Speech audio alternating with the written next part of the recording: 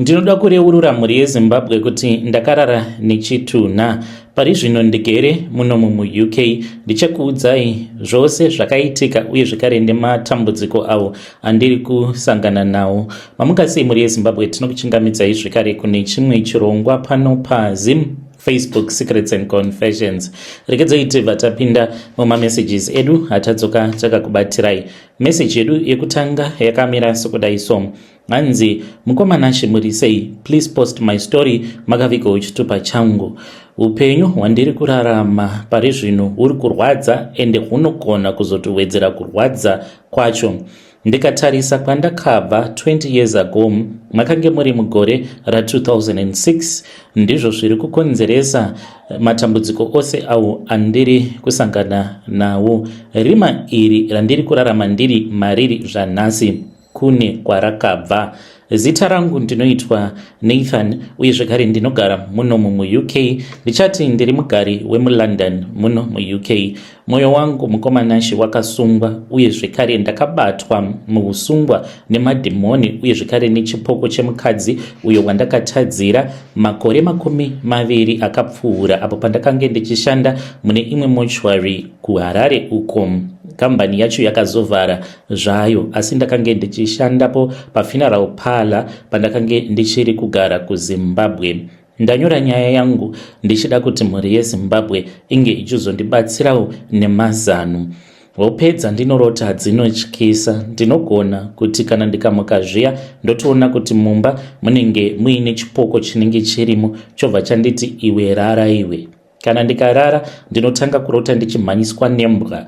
Kana ndikarumwa nembwa idzodzo ndiri kuhope, pandinomuka mukoma ndinomuka ndichitoona kuti ndinenge nditori nechivanga apo panzvimbo pandinenge ndakarumwa nembwa yacho. Handizivi kuti Mwari havana kundiregererawo here pakutadza kwose kwandakaita, nekuti ndinongogara ndichingonamata ndichiti Mwari ndiregererei nekuda kwekuti ndakatadzira imi, ndakatadzira denga zvakare nepasi. Kuti munyatsokunzwisisa kuti sei ndakazosvika pakuita chinhu chinotyisa, chinonyadzisa uye chinosemesa kudai, ndinofanira kuti ndenge ndichimbokudzoserai kumashure ndichikuratidzai upenyu hwangu hwandakararama pandakange ndichiri kuZimbabwe. Ndakaberekwa ndiri mwana wedangwe mumhuri yedu yekugoromonzi. Baba vedu vakashayika apo pandakange ndichiri mukomana wechidiki. Ndakabva ndasiyirwa mutoro mukuru wekuti ndinge ndichibatsirana namai vangu nekuti vaning'ina vangu vakange vachiriwo vapfana. Ini ndini ndakange ndatova breadwinner wemumba. Ndakange ndichingoenderera mberi nemagadheni akange akasiyiwa nababa. Ndaiswera ndiriko kumunda kumagadheni. Ndakange ndichiita zvekurima zvirimwa zvakaita sematomatoes, miriwo, ndoenda nemiriwo yacho kana kuti madomasi kumbare musika kunotengesa. Asi mari yacho mukoma yakange isina kuwanda nekuti taingorimawo zvekuti tinge tichikwanisa kungowanawo zvimari kungozvibatsirawo. Yakange isingatokwani kuti ini ndige ndichizviendesa kuchikoro kana kubhadharira vaning'ina vangu kuchikoro. Vana vaigara vachingodzingwa kuchikoro nekuda kwekushushikana nestress yekuva dangwe rakange risina mari. Ndakabva ndachizotanga kupinda muupenyu hwekutora zvinodhaka. Ndakanwa doro rose, madoro ose akaita sana chibuku, kachasu. Ndaingoti chero ndakange ndichitonzi chiskadi because ndaigara ndiine skadi muruoko. Izvi ndakange ndichizviita nekuti ndakange ndichida kukanganwa nhamo yangu. Doro rakange riri doro iri randaifungidzira kuti rinondiita kuti ndige ndichikanganwa nhamo dzangu dzose, rakange ritori dambudziko nekuti ndaiti kana ndadhakwa, ndaiti kana ndazomuka paya, then ndo pandaizotanga kufunga nezvazvo kuti ndapedza mari yose mudoro. Dzimwe nguva ndaikwanisa kana kutomboita sekunge munhu ava kupenga ndichifamba ndichichema. Nekuda kwekuti ndakange ndiri chidhakwa chokupedzisira, ndakazobva kumaruzevha ndokubva ndachizotanga kugara muHarare. Ndakatanga kuenda kune imwe chechi yandisingakwanisi kutaura nezita rayo. Saka ndakati ndava kugara muHarare, sezvo ndakange ndiri munhu aipota achienda kunotengesa kuna naMbare.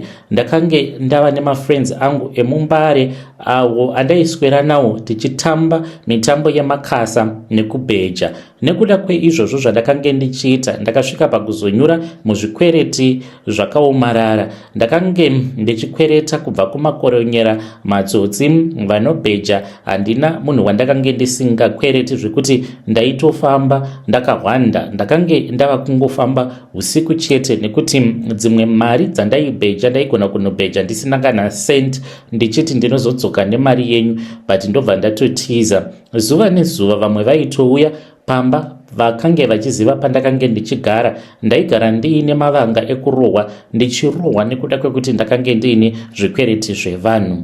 Upenyu hwangu hwakati shandukei pandakasangana nemusikana uyo akange achinzi Melody, akazova mudzimai wangu. Ndichati makange muri mugore ra2005. Melody uyu akange achinamata muchechi umo mandakange ndava kunamata. Akange ari musikana ainge akanaka chaizvo. Akange achindida even though ndakange ndiri rombe uye ndakange ndichitozivikanwa nevanhu kuti pandiri pakange pasina future. Melody akangondida sezvandakange ndiri. Saka mushure mekunge tatanga kudanana, iye akabva achizondipa an ultimatum. Akabva ati, Nathan, kana uchindida unofanira kuti unge uchizochata neni, because kuchechi uko kwandakange ndava kunamata, mutemo wechechi wakange uchiti vanhu havatendedzwe kutizisana senzira dzedu dzataishandisa kana uri murombo. Sezvo uchidawo mukadzi waizongogumisidzira watizisa. Saka iye akati zvekutizisana ina handimbofi ndakazvigamuchira ende handizvidi zvachose. Ndinoda kuti undiroore zviri pamutemo uye unge uchizonditora pamberi pevabereki vangu nehama. Dambudziko rakange riripo mukoma nderekuti muchechi, sezvo yakange iri chechi yaikoshesa kuchata kwevanhu, vasikana vakawanda vakange vachida kuva nemabig wedding. Akange achidawo a big white wedding. Saka kana usina mari zvinotinetsei kuti unge uchinzi waunganidza zvose zvinodiwa kuti unge uchizonzi wachata. Saka akabva anditi within 6 months kana ukashaya mari yekuti tinge tichitanga kuita urongwa hwacho zvatofarana. Ndiri kuramba varume vane mari nekuda kwako. Vabereki vake vakange vasingatondidi zvachose. Akati andiudza kuti ainge angondipa mwedzi iyoyo yekuti ndige ndichitsvaka mari. Ndakanzwa mwoyo wangu uchitsemuka. Ndakabva ndachizotanga kufunga kuti ndoita sei, because ndiye akange ari mukadzi wandakange ndichida neupenyu hwangu hwose, asi muhomwe mangu makange musina mari. Ndakange ndiine zvikwereti zvakawandisa uye zvekare kumba vaitotarisira kuti ndaifanira kuti ndinge ndichizopota ndichizotumidzira mari, sezvo ndakange ndava nekabasa kandakange ndichiita. Mazuva iwawo ndakange ndava kushanda kumumochwari. Ndakange ndisina kana 2 weeks kubva zvandainge ndakatanga kushanda mumochwari. Saka ndakati nerimwe zuva, makange mava mugore ra2006, ndakabva ndachizoti ndiri pabasa pane imwe mhuri iyo yakauya mushure mekunge tashanda navo, nekuti vakange vaine mufi wavo uyo akange ari mumochwari medu, akange akafa achiita zvekubayiwa nemurume wake. Saka mhuri iyoyo yakauya nen'anga nekuti vakange vachida kuti vange vachizomutsa mufi wavo. Saka bosi vedu vakati vasiyei vaite zvavanonzwa kuda, asi ndini ndakabva ndapiwa task yekuti ndige ndichizofamba navo ndichivaratidza mutumbi wehama yavo. Saka ndakaenda navo ndokubva ndavaratidza mutumbi wehama yavo, vakaita chivanhu chavo. Vapedza kuita chivanhu, ini nen'anga takabva tachizobuda panze tikavasiya vari mukati. Ndo pandakatanga kutaura nen'anga iyoyo. N'anga iyi yakandiudza kuti yakange ichida kuzoshanda neni in the future, yakatorondedzera zvimwe zvakati wandei pamusoro peupenyu hwangu, ikandiudza kuti yainge yaudzwa kuti ndakange ndiine mukadzi ainge akanaka chaizvo wandainge ndakatsvakirwa nevadzimu vangu. Saka Dr. Bvumbwe ivavo vakange vari n'anga yekuMalawi vainge vachida kuti vange vachizondibatsira kuti ndinge ndichizowana mari. Vakati kunyange ukanzi wadiwa nemukadzi sei zvinengei, asi kana kuri kunzi panenge pasina mari, mukadzi iyeye anozosvika pakuzotorwa nevamwe varume. Vakabva vati ivo vakange vaine masimba ekuti vange vachizondiwedzera mari pakamari kandaiti ndainge ndiinako. Vakandiudza kuti vaigona kundipa kadhoma ako kaizopota kachendirutsira mari ndaikwanisa kuzova munhu akapfuma chaizvo. Ndakatya ipapo pavakatanga kutaura nyaya dzezvidhoma, vakati ndakasika ndakuudza zvinhu zviri deep, ndokubva vachizondiudza madirections ekumba kwavo. Vakanditi usazoregedza kuuya kumba kwangu young man, nekuti ndatumwa nevadzimu vako kuti ndige ndichizokupa ushave hwako. Ndakamboedza kuda kukanganwa nezvazvo, ndikamboedza kuda kuignore, asi nekuda kwekuti ndakange ndichiziva kuti kana ndainge ndichazotadza kuita mari ndikaratidza musikana wangu kuti ndakange ndiine mari yekuti ndige ndichizochata naye, aigona kuzototorwa neumwewo mwana wevamwe vakange vari vakuru vemuchechi. Saka ndakange ndisingade kuluza musikana wangu. Saka ndakabva ndachizosarudza kuti ndige ndichirovera moyo padombo, ndokubva ndaenda ndikabva ndanotaura navo sekuru ivavo. Zuva randakasvika pamba pavo ndakaudzwa kuti vainge vabuda vainge vaenda kuMalawi. Ndakanzi kana uchida kuvaona sekuru ava unofanira kutogara pano, nekuti kuenda kwavaita kuMalawi vanodzoka na 12 o'clock dzeusiku. Ini 12 o'clock munhu ari kunzi ane about 2 hours abva pamba aenda kuMalawi, zvonzi na 12 o'clock dzeusiku. Ipapo dzakange dzichiri kuma 6 or so. Saka vakange vachitondiudza kuti pai 12 vanenge vadzoka. Ndakabva ndachizopiwa pokurara. Ndakarara kudaro ndakazonzwa ndava kubayiwa netsvimbo yasekuru ivavo kumakumbo kwangu. Pandakamuka vakabva vanditi Nathan muzukuru wauya. Ndakandamboenda kuMalawi kunotora mishonga nekusimbisiwa nevamwe sekuru vangu. Vakabva vachizondidaidza ndokubva ndachizoenda navo mumatare, tikapinda muimba yematare. Vakati Nathan, nhamo yauinayo ndirikuona kuti inhamo yakakurisa kwazvo, asi wakandiudza iwe kuti haudi kuti ndige ndichikupa tumasoja twangu tukunge tuchizopota tichikutsvakira mari. Unofanira kuti unge uchishandisa muviri wako iwewe kana usingade kushandisa zvidhoma pakutsvakisa mari. Saka vakabva vachizondiudza zvavakange vachida kuti ndige ndichizovaitira kana kuri kunzi ndainge ndichida kuti ndige ndichizopiwa navo mari yainge ichazochinja upenyu hwangu. Vakanditi unofanira kutsvaka zuva rauchasangana nemutumbi wemunhukadzi. Unofanira kuzviita zvinhu izvi pabasa pako kumochwari. Unofanira kurara nechitunha ichocho. Unofanira kurara nacho panyama, noti mumweya, panguva iyo yekuti vamwe vanenge vasipo. Paunoita zvinhu izvi, kana uchida ndichakupa kajira. Unotora kajira aka, kajira kavakange vakabata kakange kari kajira kakange kari keyelo uye zvakare kakange kakasungirirwa zvuma. Vakabva vati kana wapedza kurara nechitunha ndopaunobva wachizozvipukuta nengo yako. Saka vakandipa kajira ikako. Mushure mekunge ndadzikamisa hana yangu ndikati kana zvirizvo zvichandipa mari sekuru, ini ndinoona sekunge matondinonokera. Saka vakandipa jira rakange rakasviba, rakange risina kumbokura. Saka kajira ikako kakange kachinhuhwa mishonga yakasiyana siyana uye zvakare kainhuhwa ziya. Kakange kari kajira keyelo kakange kaine zvuma. Vakabva vanditi kajira aka, mira ndikuudze muzukuru, kajira aka ufanire kuti unge uchizokawacha. Kana kainewe unofanira kungokadzosa kari zvakare, but haufanire kuti unge uchizondipa kachiri kakanyorova neurume hwako.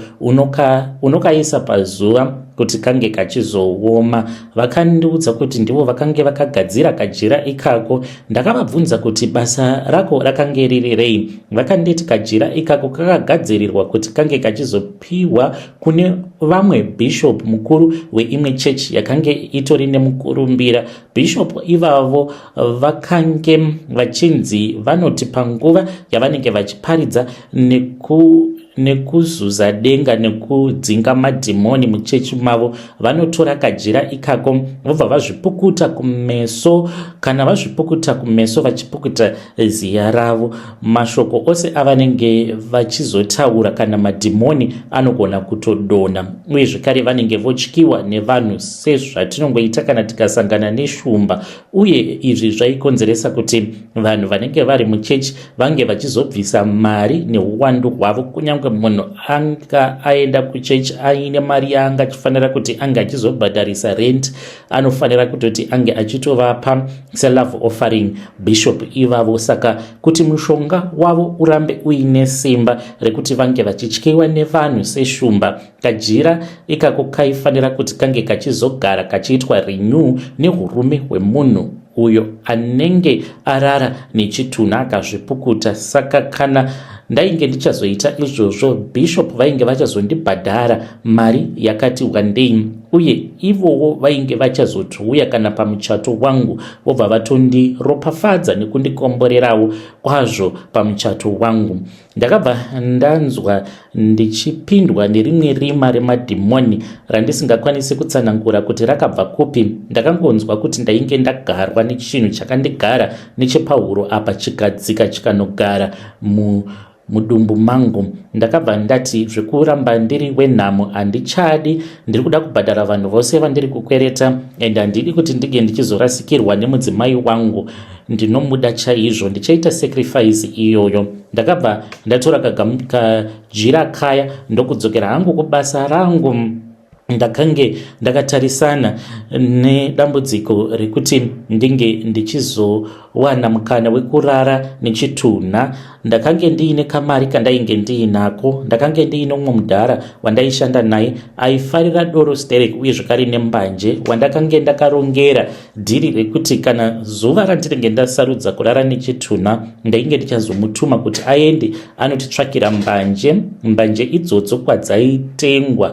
Waitofamba kuda about 20 minutes kuenda 20 minutes kudzoka. Ndokwakange kuine high grade iyo yataipota tichiita musikanzwa tonotenga tiri pabasa. Zvakatora mazuva 3 chete. Nerimwe zuva wakange huri usiku, saka pakange paine mutumbi umwe musikana uyu akange ari wechidiki. Ndikangoti anogona kunge akange ari kuma 20 or below 20.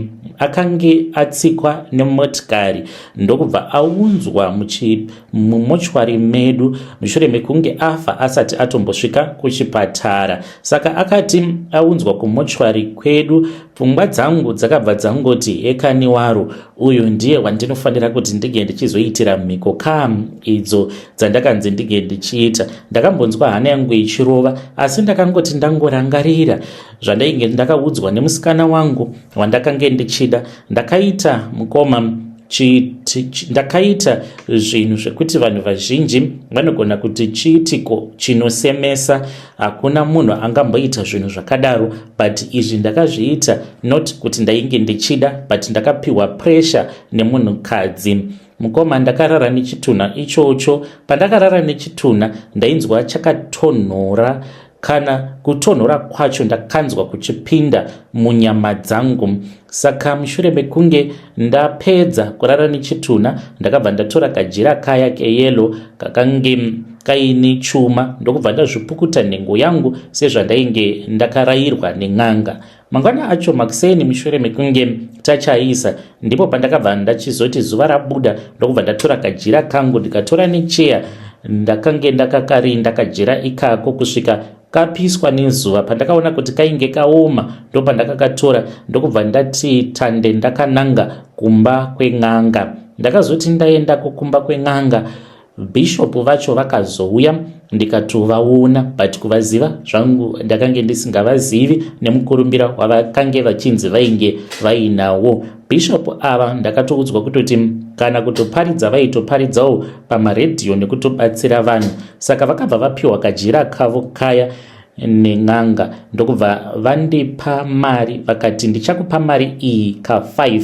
vakandipa $20,000. Ndakatombofenda mukoma pavakandipa mari, vakati mari iyi it is $20,000. Ndakashamisika nazvo. Mushure mekunge vandipa mari vakanditi ndasara ne4 times kuti ndige ndichikupa mari.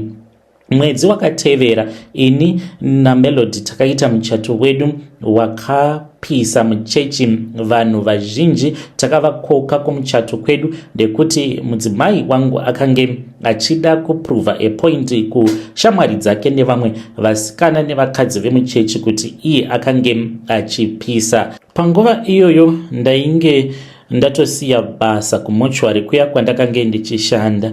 Ndakabva ndachizotanga kabusiness kangu. Mudzimai wangu akange asingazivi kuti mari yandaipota ndichiuya nayo yakange isiri mari yakange ichibva kushopu kwedu, asi dzimwe dzakange dziri mari dzandakange ndichipiwa naBishop.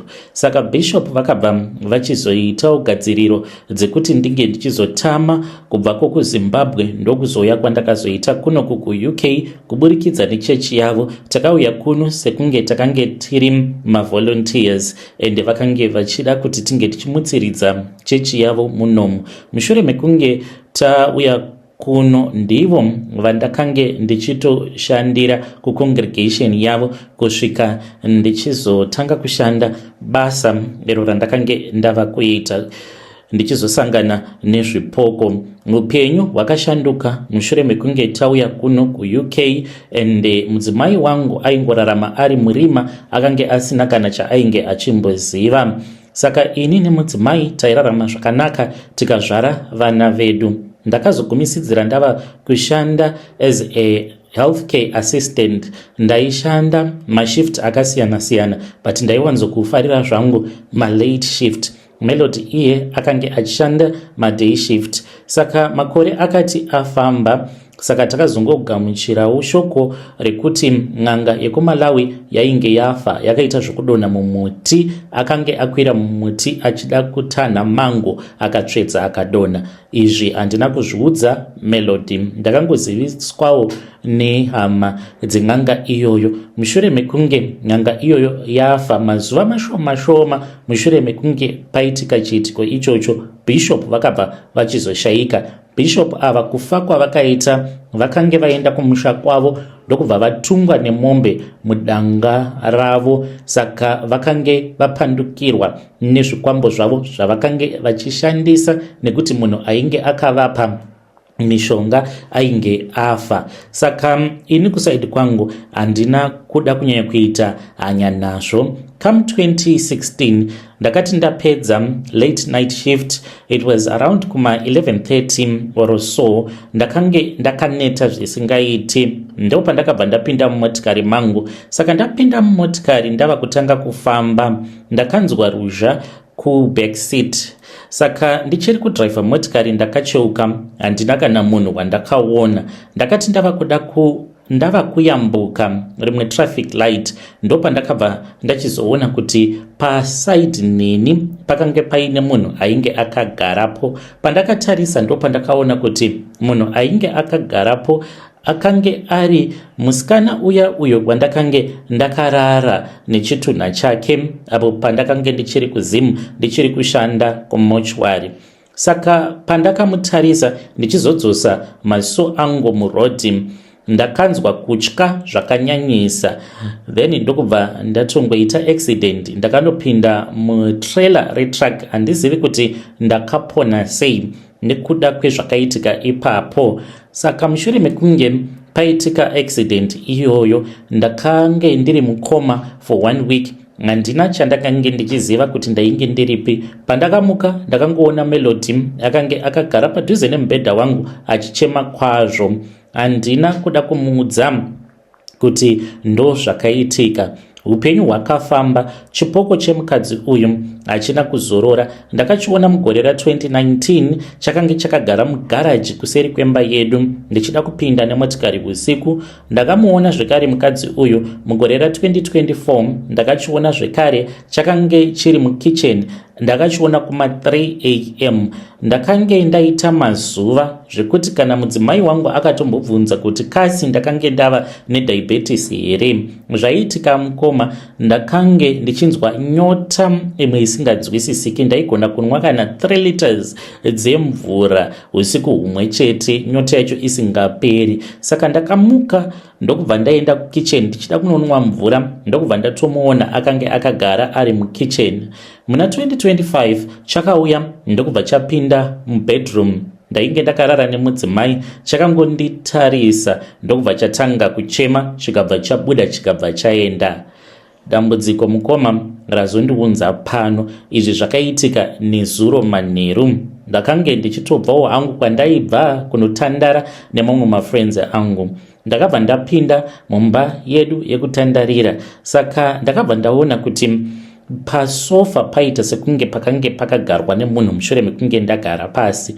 Ndakati zvimwe kuda rakange riri doro randainge ndanwa. Ndakaramba ndakangotarisa zvainge zvichiita sofa, paitoitika movement kuratidza kuti pane munhu akagarapo.